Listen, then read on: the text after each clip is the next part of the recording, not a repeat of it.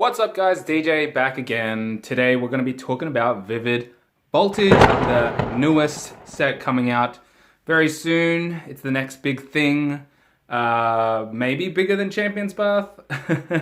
Obviously the mascot of Pokemon is going to be in the set, Pikachu. But we're going to talk about investing in Vivid Voltage and what items are hot right now, what people are talking about. And, you know, the one that really stands out to me are two things. Well, really mainly one thing, and that's the Build and Battle deck. I don't know where you are in the world, but in Australia, this deck, you know, pre-order prices are out. You can pre-order this kind of thing. And prices for this has already risen. It's a little bit crazy. Like, this set's not even out. Pre-orders have begun, obviously, but people are trying to sell this thing for like $90 to $120. And Build and Battle decks are usually only like $40. That's the standard price in Australia, $42, something like that. And people are already selling it for $90. The allocation seems small for this Build and Battle deck box thing. They usually bring out Build and Battle things for every set that comes out. And it's not usually the biggest item, the biggest thing that people talk about. Usually, you know, with Champion's Path, they talk about the ETBs. That's the best thing to invest in. General sets, they say, you know, booster boxes, go for that. But for this particular set, it's looking like the Build and Battle docs. The Build and Battle thing, you know, it's hard to say. I don't know why. Also, the theme deck in this is also highly wanted. Mainly, you know, for that orange lizard guy, Charizard, you know. Once again, he appears. There are two in Vivid Voltage, one from the theme deck and one in this Build and Battle thing. That is why people want this Build and Battle thing. And that is why people are charging silly prices for it already. Set's not even out yet. We don't know how many is out there, like supply-wise. I'm hearing talks that it's actually quite a low supply on these Build and Battle deck boxes. Maybe for that reason. It's not the first time we've seen Charizard in a pre-release kind of format with the stamp on it. I think that is the main reason why people are chasing these Build and Battle boxes. They want to open them and, you know, get that Charizard with that pre-release stamp. It's not just a Charizard, you know, a normal hollow Charizard. It's got a stamp on it, and I think that's important. For a lot of people. We've seen Evolutions have that pre-release Charizard on it, and you know, those pre-release boxes for Evolutions are like probably the most expensive Evolution sealed product to get. Also, that card, if it's graded a 10, that's also really expensive. Hard to grade that Charizard, that particular Charizard, but it's hard. It's a high price as well, and I don't really see much of that on the market, but it is high priced. Same with the Team Up one. They have a Team Up pre-release Charizard. I've actually got one myself, but I've heard people send in hundreds of them and they come back 8s and 9s. So that one's also pretty hard to grade. I think I've got an 8, PSA 8. But that card is also highly desirable, mainly because it's Charizard, right? We all know Charizard, blah, blah, blah.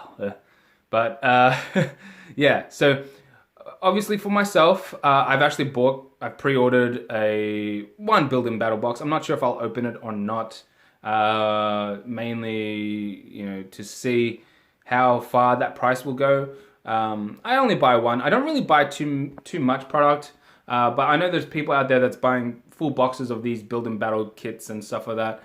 And it'd be nice to open them and actually pull it and grade it and stuff. But the risk is you don't get the Charizard, you get something else. But the other promo cards are nothing to laugh about. Maybe just Donphan is the one that is laughable. Even that, for me, I did like Donphan back in the day when I used to play, you know, Pokemon Crystal.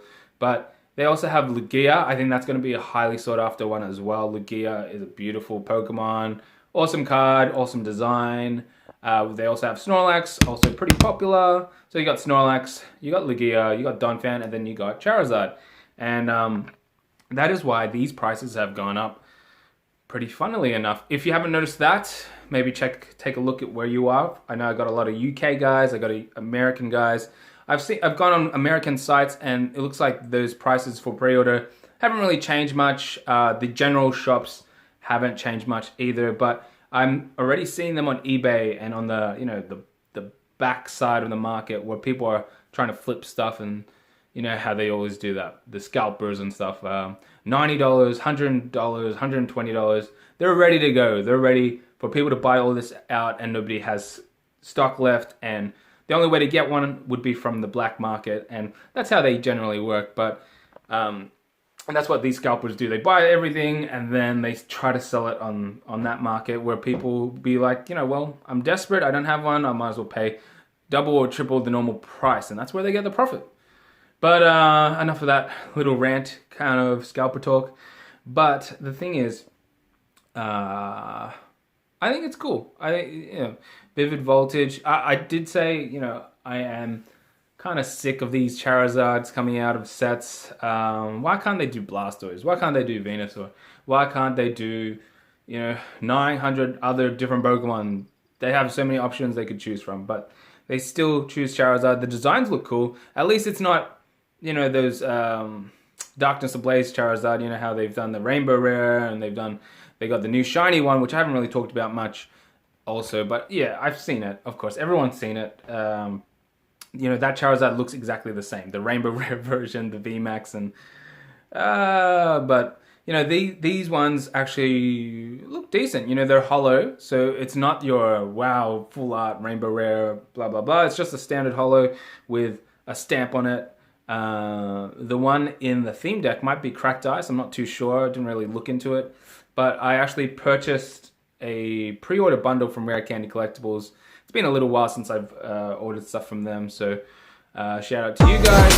I pre-ordered a whole collector's bundle. It has nearly one of everything. One booster box, one elite trainer box, one of each of the theme decks. It's got one of the build and battle things. That's the real main reason I bought that. I also had some points, so I used my points to get $100 off, which was cool.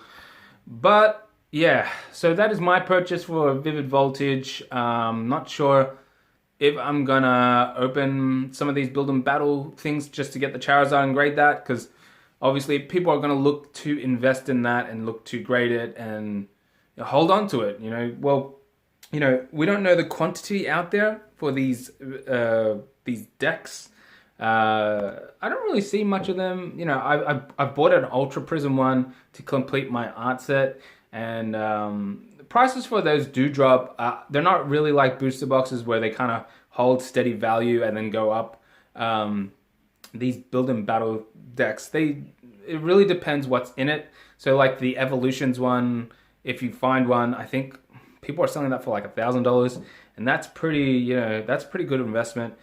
Even if they reprint Evolutions, they reprint the booster boxes, and just the booster boxes I've seen reprinted for that. But as we all know, as from the last video, the Hidden Fates ETB has been announced to be reprinted, so they can really reprint anything they want. But I've never seen them reprint those build and battle kits, which is kind of a good thing, because those have the pre-release stamps on them. And, it's a little bit more special. It's not just your standard hollow. It's got something fancy on it. So the Team Up Charizard, prices on those, if you got a 10, they're hard to grade. And also, where are you going to find one of those build and battle boxes? Not many people have them. When people look to invest in things, they look for the, let's get booster boxes. Let's get ETBs and stuff. These definitely do fly under the radar. But yeah, so just keep an eye out on that. I reckon they might be underrated for that pre-release deck box thing. I keep build and battle deck thing, whatever it is. I think people have noticed it, especially for Vivid Voltage. Well, how there's so much more investors nowadays compared to Evolutions and compared to when Team Up was around. If you were around back then, I'm not sure if you were even thinking about getting those and holding onto those sealed. I have seen them, maybe in the past 6 months, they were selling for hundreds of dollars. That's pretty cool. But not all of those build and battle decks sell for quite a bit. And they're not everywhere. You know, I don't really see them much. I think Pokemon just does a small allocation for that. They're just like, you know, yeah, it's not the big hitters, big sellers. It's not a big ticket item. You know, the ETBs sell for more, the booster boxes sell for more. So why would you want to sell more of these smaller priced items when you can make more big bucks by selling booster boxes and ETBs? That's, you know, maybe the Pokemon mindset, but also these deck boxes, the blisters and stuff like that. Those are for like the common GI Joes that don't really have much to spend. You know, $150 or in Australia for a booster box, that's not like chump change. You know, it's quite a bit of money. But the build and battle things are like usually $40. The blisters are like $20 in Australia. So those are more affordable for the casual collectors. So I can see why they would, you know, try to please them. They got to try to please everybody. That's their job. So. But that's pretty much it. That's what I've got for Vivid Voltage. I'm on the fence of opening it. If I open it and pull a Donphan, anything but a Donphan, I reckon will be a cool card to get. It'd be nice to get like, you know, 4 build and battles and just open all 4 and then I just get all 4 cards. I think those pre-release stamps are pretty cool. That would be a nice collection as well if you were just collecting those pre-release stamps. Or just promo cards. I love promo cards in general. I do want to, like, you know, complete a promo card binder. And something like that with pre-release stamps on them, they just are like something different, something, it might be niche. I don't know. How many of you guys actually collect, or, you know, I think there's a lot of investors now, but definitely there's still more collectors out there. They just don't really have a voice. They're not really speaking that much. Investors are all over the shop, you know, they're always talking and showing off their collection, or if you call that a collection, it might be an investment portfolio, but that's what it is. Anyway, guys, that is all from me. That is my Vivid Voltage plans. Looking to probably get another one of those build and battle things. I want to open it. I want to get an art set anyway. And yeah, I might open a few more things. I haven't really opened stuff in a while. The Vivid Voltage should be fun. It's got amazing rares in it. Pikachu cards might be investable too. Who knows about that? Pikachu is probably, you know, it's a huge Pokemon.